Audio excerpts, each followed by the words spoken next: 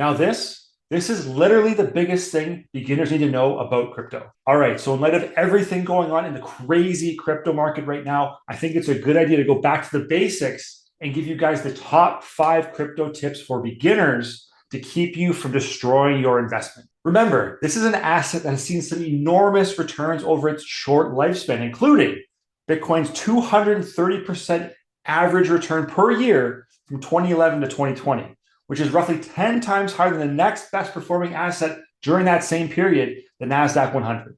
So if you've never heard of crypto and you want to know the top things to look out for as a beginner, you have come to the right place. And the first thing you need to know is true of any investment.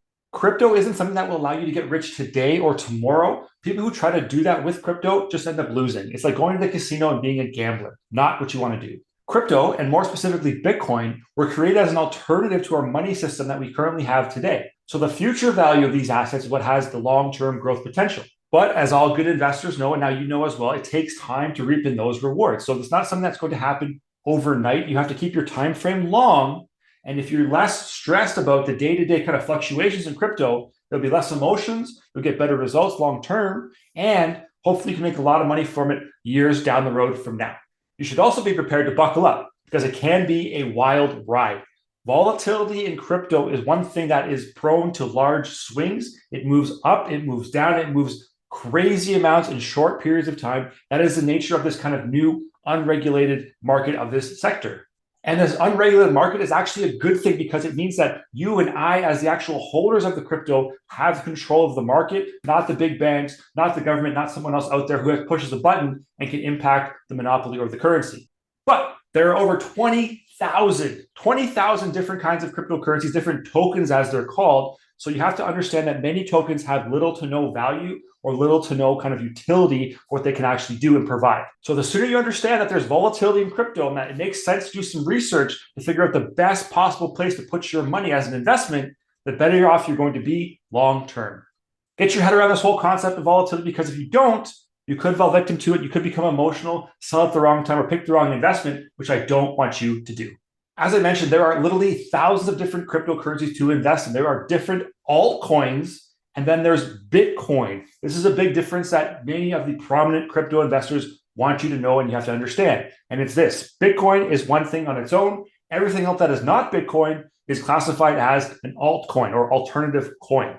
And some of the big differences with Bitcoin and altcoin is that anybody can go and create an altcoin. That's why you have ones like Garlic Coin, Moon Coin, Dogecoin, Trump Coin. There's all different ones out there that have different values and different utilities, and they have different uses than Bitcoin.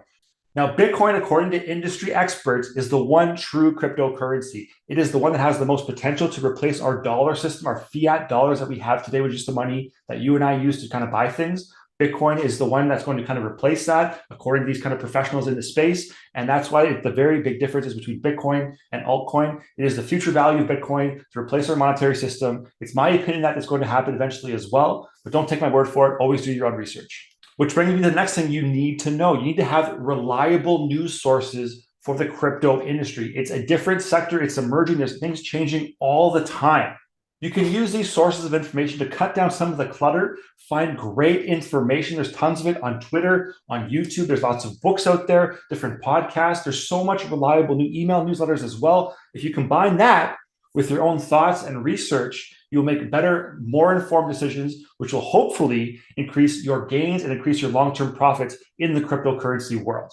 Now, this is literally the biggest thing beginners need to know about crypto. When you actually go and transfer money onto a cryptocurrency exchange to buy crypto for yourself, you have to actually take it off the exchange and have control. If you leave it on the exchange, on Coinbase, on Kraken, on Binance, on BitBuy here in Canada, you don't have control until you take it offline.